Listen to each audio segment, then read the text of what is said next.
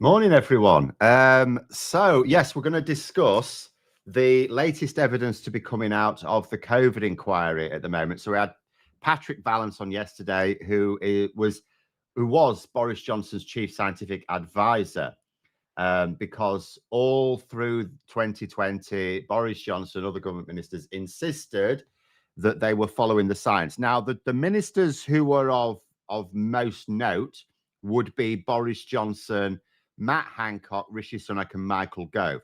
Other cabinet ministers, to be fair, may well have believed that they were following the science because they don't know anything about science, and they were largely excluded from a lot of the discussions.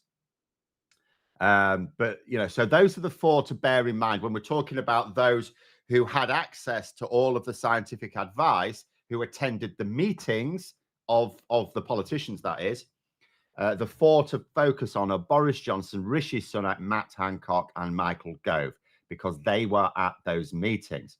Now, we have had a couple of super chats right from the back, which we'll go through first because they are relevant as well. Question of sanity, £10 super chat, thank you. It says, given the witness statement so far, it's my opinion that the Exchequer needs to be inquisitioned on its economic modelling and all private investments of those in or with ties to said office. Well, we could ask for that anyway, just because of the potential for massive corruption when you get to decide economic policy. But also a £5 super chat from Question of Sanity again saying, I suspect this will require a criminal investigation be opened. Do I think the inquiry has met the threshold to trigger this? So I can't say that because I'm not a legal expert. Actual legal experts are being a bit coy on it, other than to say that there won't be criminal charges directly resulting from the public inquiry because that's not its job. But there is evidence emerging that the National Crime Agency could decide warrants an investigation at least. As I understand it, and again, I'm not a legal expert, I must emphasize that. As I understand it, it's one of these situations where the NCA probably won't interfere while this public inquiry is going on. So it may well be, I don't want to get people's hopes up, but it may well be that the COVID inquiry rumbles on, and the COVID inquiry will go on for years, remember. I mean, it really is going to go on for years. They're not even due to even finish taking the evidence they've announced so far, the hearings, until like sometime in 2025, and not early 2025 either. So it could be 2027 before it's all done and dusted, yeah? But it may well be that immediately after that, it's all done. The findings are published. The public inquiry dissolves. It says we no longer exist. Baroness Hallett goes off to retire again. And the National Crime Agency, the very next day, hold a press conference saying, right, we're going to arrest all these bastards. Someone did actually say in the thing, do we have an extradition treaty with California, referencing Rishi Sunak, the fact that he may not be in the country at the time. No, we don't have an extradition treaty with America. Americans tend not to like extraditing people. So I don't think anyone has. We don't have an extradition treaty with them. There are some countries that do that won't extradite their own, like Germany, for example. Now, in practice, because of their EU obligations, if an EU member needs to extradite someone from Germany, they can do. So, but we can't anymore because we left. But anyway, on to, for those who may have missed some of yesterday's, the main focus here is Boris Johnson will be ultimately responsible for the absolute mess that was our response in 2019 and 2020, because it's always worth remembering that in 2020, even when we didn't know that this pandemic was on its way, the government were expecting a global pandemic. And Boris Johnson was busy dismantling the already not enough preparations that we were making. For example, he disbanded the pandemic response unit. What do we need that for?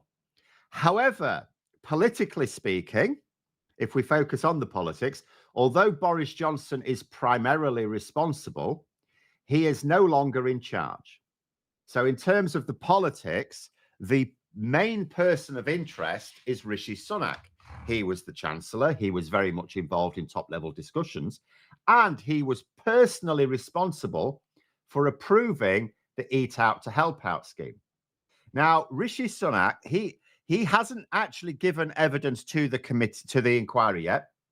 He has submitted, as far as I can tell, a single witness statement, which mostly takes the form of trying to persuade the inquiry that he had scientific backing for Eat Out to Help Out. Because here's the thing, Eat Out to Help Out is, you don't have to have a very high level of scientific understanding to know that this is the worst thing to do if you've got a pandemic, an airborne pandemic to deal with, right? Because first of all, you're encouraging people from different households to congregate indoors. So that's not good. Secondly, you're expecting them to do so in an environment where it is not feasible to wear masks because you're eating and drinking. It is the worst thing to do. You know, what hospitality businesses needed was financial support to get them through it. It was the worst thing, not just for public health, but for the economy, to persuade people to mingle indoors without masks. And top scientific experts like Patrick Vallance and Chris Whitty will never, ever have thought that that was an acceptable idea. And Patrick Vallance said so yesterday. Chris Whitty will presumably be saying so today, because absolutely nobody who understands even the basics of an airborne disease like and I can only claim to know the basics, right? My scientific background, okay, I did A levels in all of the sciences, but my degree is in physics, right? Although I did teach science, I taught general science as well. But it's, you know, as someone from a scientific background, my understanding of infectious diseases is as basic as they come. Both Chris Whitty and Patrick Vallance are experts in infectious diseases. I'll get some comments before we go over some of the specifics that came out. This is why Labour needs to have their passports revoked on day one. Yeah, unfortunately, that would be a bit of authoritarianism. There's quite a lot of people really strongly arguing that Labour should not behave like that. No, at the end of the day, not all of them will leave the country. And if they do, it doesn't stop see, here's the thing. What is the purpose of a criminal investigation, really, if it results in a conviction? There are two purposes to it. The first is to stop that person committing the same crime again. Well, that doesn't apply here, because none of these people, once they're removed, those individuals will not be in power again. So the second purpose is to dissuade people in the future committing the same crimes by making them feel that there will be consequences. So even just having criminal investigations will act to dissuade people from doing it in the future, because not everyone will leave the country. But I say, and I've said for the longest time, yes, there should be, because, you know, there should be investigations. There should at least be a discussion as to whether the law has been broken. I'm not an expert in the law, but there should at least be and I'd find it incredible if this was not against the law. And I'll tell you something else.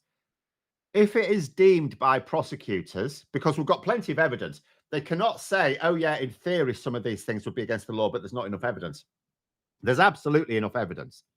So if prosecutors are going to say in a few years' time, in all honesty, that actually it's probably not illegal, so it's not worth pursuing it, then what the government should do is to say it's absolutely disgraceful that government ministers should be allowed to be so cavalier with so many people's lives, and it should be illegal.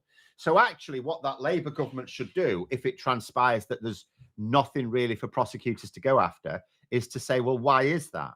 We have to make sure that a future government is clearly breaking criminal law if they behave like this, that this behavior is unacceptable. So there should be action. There should definitely be action, either in the form of criminal investigations or changes to the law to make ministers more responsible. One of those two things has to happen, maybe both, but one of those things has to happen. I mean, if you look at some of the things that Patrick Vallance, so I think I've put in the link in the description below. I haven't put links to everything, but I have put a link to Patrick Valence's notes. It's not all of his notes. It's like specially selected clips. There's one in particular. Let me find it now, which was really telling. So here it is. Is this slightly separate? This is Secretary of State for Education. I think that was Gavin. It was Gavin Williamson at the time. So this is Patrick Vallance writing on the 25th of June, 2020. Secretary of State for Education, DFE says, don't ask SAGE as minutes get published. Now, SAGE is the scientific advisory group for emergencies. So Patrick Vallance and Chris Whitty sit on that group. Those are the top scientific advisors for the government. Now, although this is a different department, it shows the government thinking. So coming back to Rishi Sunak saying, there were no scientific objections. Here was a cabinet minister saying specifically, don't ask SAGE a question because the minutes get published. In other words, they would ask the scientists something. The scientists would give them their views.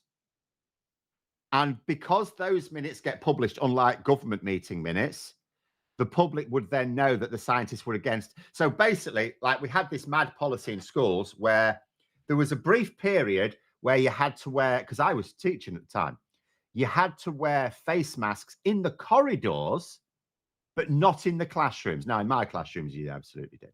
And the students were totally cool with it because they weren't, I taught them, so they weren't idiots. But the rules were not to have face masks in the classrooms. So it's like you have face masks in the corridors where there might have been better ventilation. There will definitely have been brief movement. Now, you should have worn face masks in the corridors, of course. But then you go in the classroom where you're going to sit down in, if it's winter, let's be honest, an unventilated room because we didn't have HEPA filters. And you're going to sit down with people from maybe 30 different households in close confines for an hour or more at a time. And then you're all going to shuffle off and do the same thing in a different room, right? So for hours a day, you had people sat down talking in close confines with people from dozens of different households for a long period of time without face masks. So that was mental, right? Now, if the media had been able to publish the scientific advisors saying this is mental, the government may not have gotten away with doing that. So that's why Gavin Williamson, according to Patrick Vallance here, Gavin Williamson said, don't ask SAGE,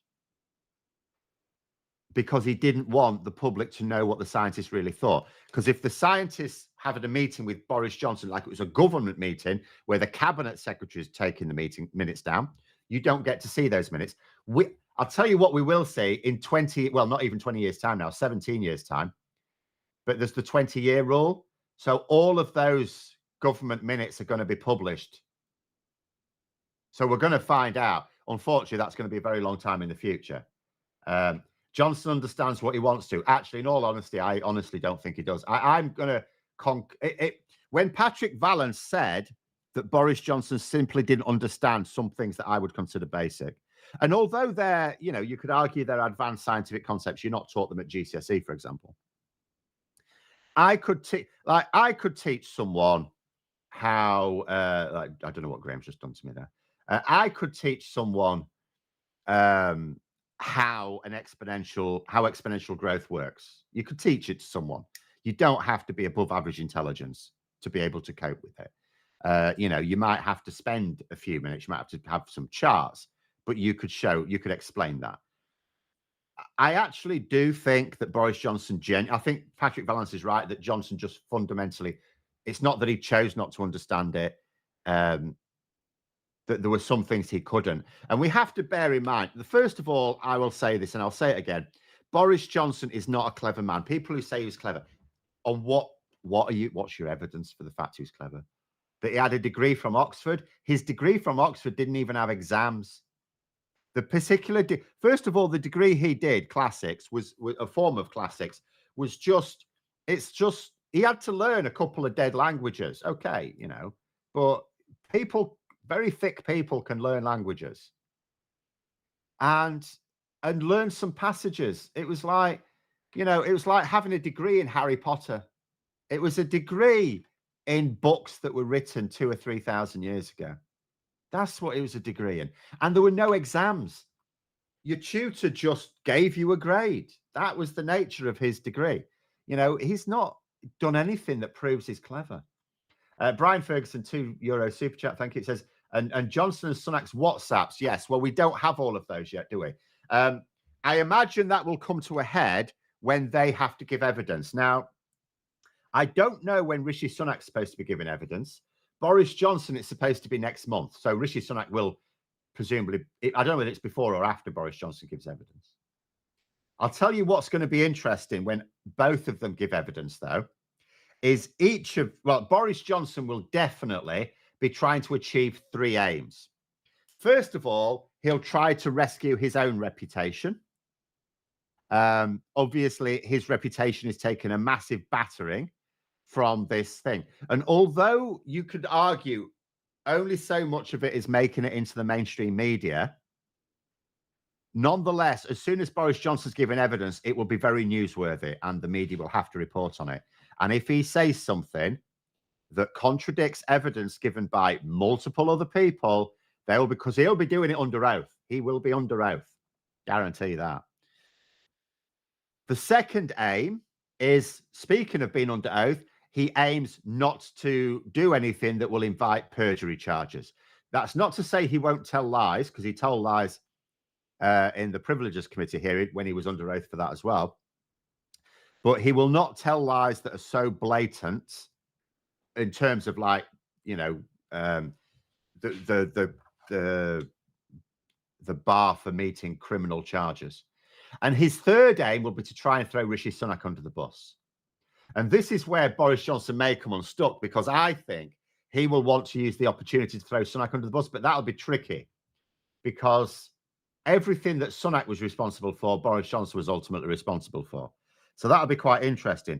Whereas Rishi Sunak, ironically, has less need to throw Boris Johnson under the bus, but it'll probably be easier for him when he's given his own evidence because Boris Johnson was ultimately responsible. And Sunak can say that he was forming policy based on Boris Johnson's wishes, because Boris Johnson, as the Prime Minister, sets the policy direction for all ministers, including the Chancellor. But there you go.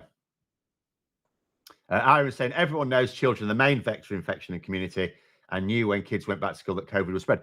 Well, indeed, like in Valence's notebook, there are clips where he was emphasizing the concerns people had with the return, with schools returning in September. They knew that this was going to massively generate it. And yet this was at a time when the government were claiming, oh, no, it's fine with kids because kids don't get ill. It's like, well, first of all, some kids got ill. Second of all, they don't need to get ill to become infected. They meet, they mingle, they pick up their germs, they take them back home to where they have vulnerable family members living with them. So yes, and Valence's notebooks backs this up. But there we go. Patrick said he'll tell lies which he can plausibly defend as misunderstanding. Yeah, I mean, he will certainly be going through his he'll be preparing for this in a way that he never prepared for government with his lawyers that he'll have to pay for himself, I'm assuming. Johnson's main weapon is his apparent affability, essential for grifter. Yeah, well, that's the problem, isn't it? He hoodwinks these people, because he comes over as a bit of a bum, a bit of a well-meaning bumbler. Oh, isn't he lovely? Oh, he's trying, bless him. No, he's not trying. But the other point someone made on Twitter, it's worth bringing this up as well when we're going on to what Boris Johnson could and couldn't understand. Someone made the very good point. It's worth remembering. Boris Johnson, consider this, Boris Johnson is basically a high-functioning alcoholic. So, that impacts, apart from anything else, memory. Patrick Vallance, for example, talked about the fact that sometimes after a lot of blood, sweat and tears, they were able to explain something to Johnson. They were actually able to explain it. And there's a little bit in his notes where he says, that they got him to understand this graph, and then 6 hours later had a meeting with the same chart, and he thought it was a different chart. And he was saying things like, which is like, there's a bit in Patrick Valence's thing. Like, I wish I could find it. If I look for it, it'll be really hard. But where he asks a question like, which is the dark red line? And Valence in his note says, is he colorblind? Like, what a question. It's one thing to ask, oh, so what's the difference between those two lines? Or why is that going up and that's going down? You know, those are sort of questions of people who don't understand what the chart's saying. But who says which is the dark red line on the chart? Unless you are actually colorblind. I don't think he is. But that was one of the things that came up in these notes. It's worth reading. It's not actually that long. You think, oh, Patrick Valence's notes, there's like months of them. It'll take ages to read through. They're only tiny little excerpts. It's not the whole thing. Apart from anything else, his notebooks were handwritten. So these are just the ones that someone typed up as being relevant to the inquiry. The inquiry's gone through it and decided these are the relevant sections. So it doesn't actually take you long to read them through. And I've put a link in below. Can Phil explain how this guy became PM of our country? Yes, quite easily. So first of all, it started off with Brexit. Brexit was an utterly ludicrous idea that was sold on very populist lines. And it was impossible to deliver. It was leaving the EU. If that's all the referendum called us to do, leave the EU. If the Conservatives go, oh, they told us to leave the EU, let's do that then. But everyone who campaigned to leave campaigned to stay in the single markets. They said, but we're obviously going to stay in the single market and customs union. No one voted against that. If all of those political parties had have basically said, we're just going to leave the EU then, but we're going to stay in the single market and customs union because that'd be mental, then they sort of would have got away with it. Like, we would lose our voice at the table still. You know, we would get a worse deal from trade deals that the EU's negotiated because we don't have a seat at the table at those trade negotiations. But we'd have left the EU, we'd have fulfilled the referendum, and we wouldn't have completely blown our economy to pieces. But it was insisted that we had to leave the single market customs union. Now, that's absolutely mad. And it's impossible to do that with, there's no sensible solution to do that. Theresa May tried. In reality, even that wasn't a sensible solution. It was a kicking the can down the road indefinitely solution, and the Brexiteers knew it. So they needed someone who could, one, have utter commitment to the hard Brexit, and two, have the sort of personality which could win the election to get the majority needed to drive it through Parliament. Because it was quite clear Parliament were not going to vote for a hard Brexit. It was very obvious at this point. And Parliament in 2019, they were on a trajectory to a second referendum. I know that from MPs at the time who told me. They were on a trajectory to a second referendum. So the Brexiteers needed to win a pro-Brexit majority in Parliament. So that meant a general election, hence Boris Johnson. That is how he was the only person the Conservatives had who would be very pro-Brexit, hard Brexit, who would go along with anything because he has no political ideology of his own other than extreme libertarianism. And he was charismatic enough to carry an election campaign. They knew, because they learnt their lesson from Theresa May. Theresa May had many qualities that the public respected, but when it came to the election campaign, remember 2017, the polls were suggesting Theresa May would win a big majority. And then the campaign started, and it turned out that she highlighted how important it is for the leader not to be shit scared of the public. Anyway, One Angry Pagan, £2 super chat. Thank you. It says science journals were more informative than the government. It was impossible to read anything from an independent scientist. We even had, for those who remember or may not have known at the time, there was the independent SAGE group. So they were the ones, because the SAGE, all they could do was discuss what the government wanted them to discuss, right? But the independent SAGE was a group of scientists who held public meetings on YouTube, streamed them, to discuss what the government were not wanting to be discussed and the scientific basis behind it. And I'll tell you, the same independent SAGE were not happy with Eat Out to Help Out. No, you look at any scientific, um, independent scientist at the time, they could not believe what was going on. Could not believe it. And again, it was really very, very basic. And Rishi Sunak, the thing is, he became popular during 2020 because of furlough. But his furlough's done and dusted. What's not done and dusted is Eat Out to Help Out, because that killed a lot of people. You can't bring those people back. At the moment, Boris Johnson is the one mostly in the frame amongst those who lost people and couldn't be with them, because of Partygate, because of this idea that he was partying when other people were having to stay away from loved ones, right, who were dying, or were suffering in some way, which maybe led to their deaths. And that's permanent. You don't get away from that. But if the public ever realize, and at some point they must, this is an absolute imperative, if they ever realize that before the election, preferably, that Rishi Sunak was responsible for the 20-odd thousand deaths that resulted as a direct result of the second wave, which was Eat Out to Help Out. It had Eat Out to Help Out with its roots. Then yes. And in fact, it will, if that happens in the next couple of months, if the media attention is quite intense when Rishi Sunak himself is given evidence, if the public start to see Rishi Sunak as being very responsible for a lot of deaths in that period of time, then it could also invite the rebellion sooner rather than later. For those who don't know, I talked recently on my own channel about the fact the Express political editor, David Maddox, is utterly convinced that the far right, there was the right wing of the Conservative Party, have already made their minds up to get rid of Rishi Sunak now. They're ready to get rid of him. It's not going to happen imminently because their main problem is they don't have a candidate to oppose him. Like, you may think Suella Braverman, but Suella Braverman only has limited amounts of support on the far right. A lot of them are backing her because she's their tribe, but she's pissed a lot of them off. So they don't want her to be the leader. So they're trying to work out who they can get behind. As soon as this 100-odd Tory MPs who represent the right wing of the party can decide who to get behind universally, they're going to attempt to bring Sunak down. Whether it works is another matter, but they are going to attempt to.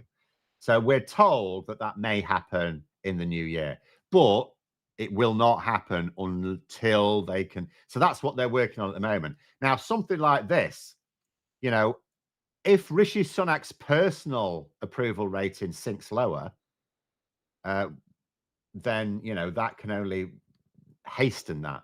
But anyway, we're sort of running out of time. Let's go through this. At least the Scottish government's trying to mitigate against the Tories' austerity programme, but everyone in the rest of the UK say SNP bad, but Tories good. Well, not really. The SNP do what they do, what any devolved government would do, to be fair, which is to sort of try to claim credit for everything that goes well and then blame Westminster everything goes badly. And sometimes it's right and sometimes it's not right.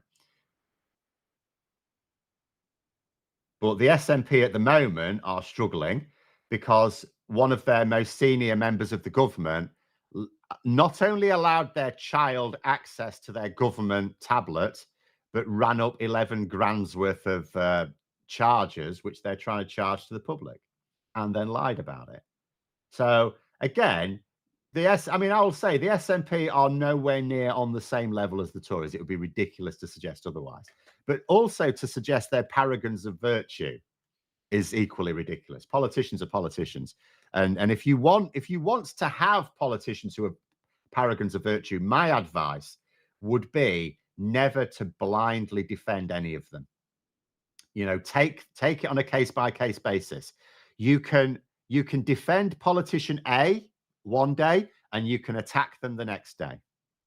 Always judge it in terms of what they've done on that particular thing. But there we go. Could it be Cameron? No, David Cameron could not possibly. First of all, he is no darling of the far right. They hate him.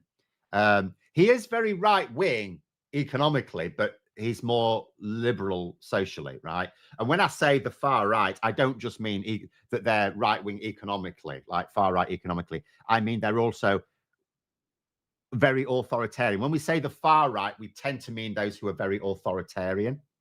Those on the extremes of politics tend to be very authoritarian, because it's the only way to make that work. If you want a government that's very far right or very far left, well, by definition, the public aren't on board with it. So the only way to make it work is to force the public to not have a say. But there we go. Well, I'll just remind the last few things. Recently, we've got, don't forget to click the like button and subscribe to the channel, of course.